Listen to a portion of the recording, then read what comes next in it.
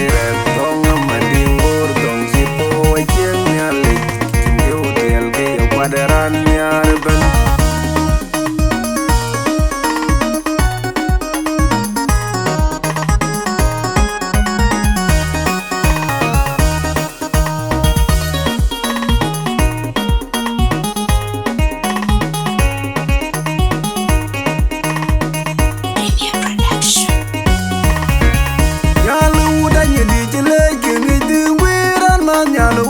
Ding udanya di kudiora yen borong ngali marchen pot chewenge wet and yami nyir ke udanya di nyir ke kawajat we nyir ke koyer yang pot bona jelon baino nyari leje tunga kona ngijeng bai bukai je jaman ngali udanya di jele ngi di wiran ma nyalu una ding udanya di kudiora yen borong ngali marchen pot chewenge wet and yami nyir ke udanya di nyir ke kawajat we nyir ke koyer yang pot bona jelon baino nyari leje tunga kona ngijeng bai bukai je jaman ngali udanya di jele ngi di wiran ma nyalu una ding udanya di kudiora yen borong ngali marchen pot chewenge wet and yami nyir ke udanya di nyir ke kawajat we nyir ke koyer yang pot bona jelon baino nyari leje tunga kona ngijeng bai bukai je jaman di nyan pot di hundi danya di Nanding jayat, nyan pot di hundi danya di nanding jayat, nyan pot le nyan un mareng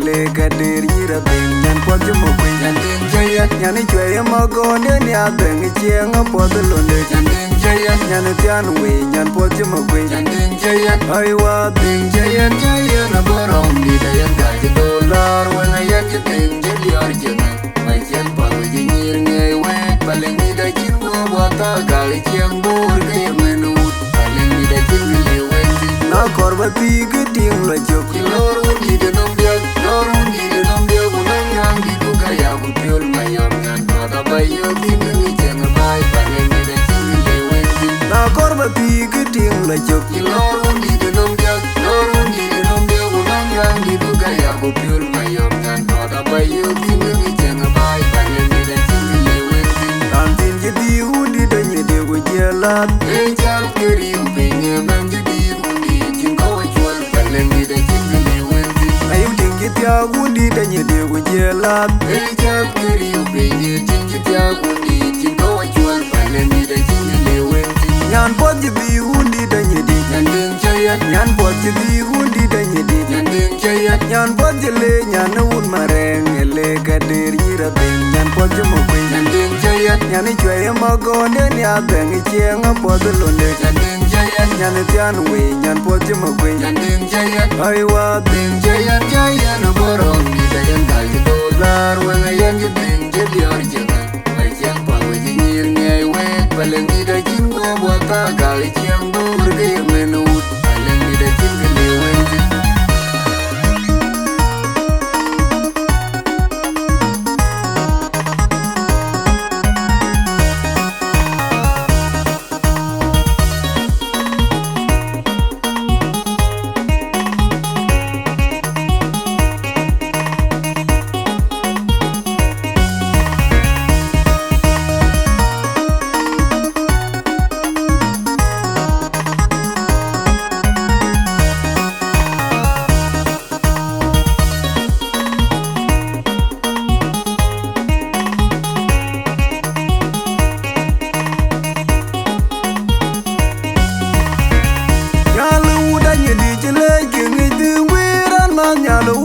ding udanya di kudiora yen borong ngali marchen pot chewenge wet and yami nyir ke udanya di nyir ke kawajat we nyir ke koyer yang pot bona jelon baino nyari leje tunga kona ngijeng bai bukai je jaman ngali udanya di jele ngi di wiran ma nyalu una ding udanya di kudiora yen borong ngali marchen pot chewenge wet and yami nyir ke udanya di nyir ke kawajat we nyir ke koyer yang pot bona jelon baino nyari leje tunga kona ngijeng bai bukai je jaman ngali udanya di jele ngi di wiran ma nyalu una ding udanya di kudiora yen borong ngali marchen pot chewenge wet and yami nyir ke udanya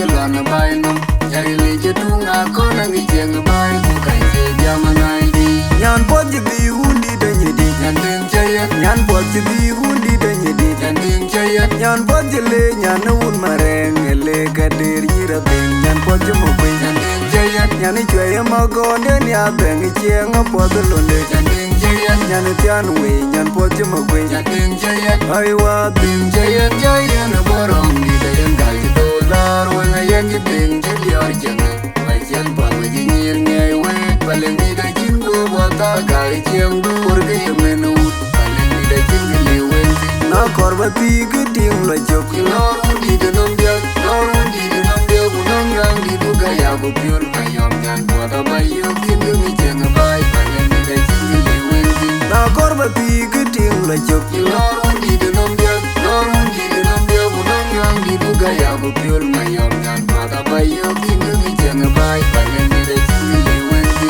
Kantin jadi hundi dan nyedi kujelat Ejak keriu penye man jadi undi Jingko jual paling di da jingli wenti Ayu tinggi tia hundi dan nyedi kujelat Ejak keriu penye tinggi tiap undi Jingko jual paling di da jingli wenti Nyan pot jadi hundi dan nyedi Nyandeng jayat Nyan pot jadi hundi dan nyedi Nyandeng jayat Nyan pot jele nyan un mareng ele kadir nyira beng Nyan pot jemo beng Nyandeng jayat Nyan ichwe magonde ni abeng ichieng pot londe Nyandeng jayat Nyan tian we nyan pot jemo beng Nyandeng jayat Aywa beng Jayan jayan borong di dayan gaji dolar Wanga yan jibeng jilior jenge Majan palu jinyir ngay wet Paling di da jingo wata gai ciang dur Gaya menut Paling di da jingli wenti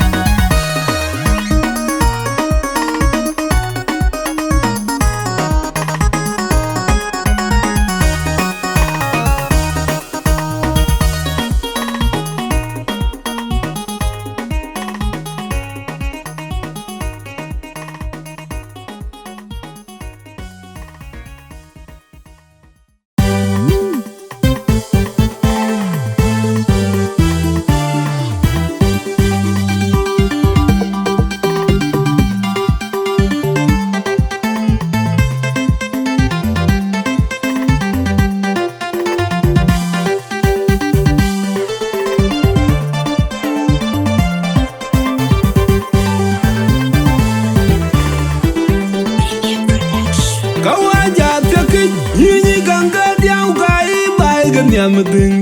ding ga the nyir ga nye diga yigi nyo the changi bai pale unda e di the nyir nge bai ke chimu de bane chagulan ngali jo enda ting nya na nyi di undi nya bai nyi di nga ya ngang ba cheng ud pale kawa ja teke nyi ganga diau ga i bai ga nyam ding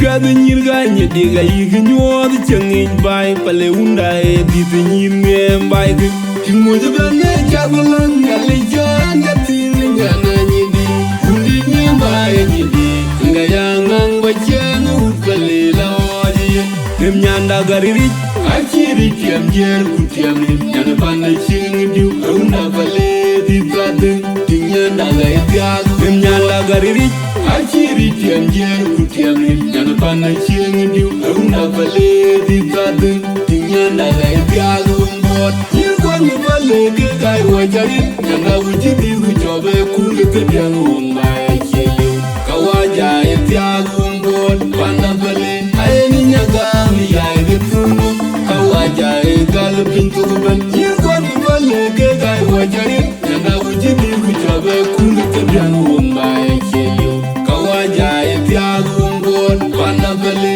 ayeni nyaga mi ya getuno kawaja gal pintu ban yirwan pale ke kai wajari nyanga uji di ujobe ku ke tiang umba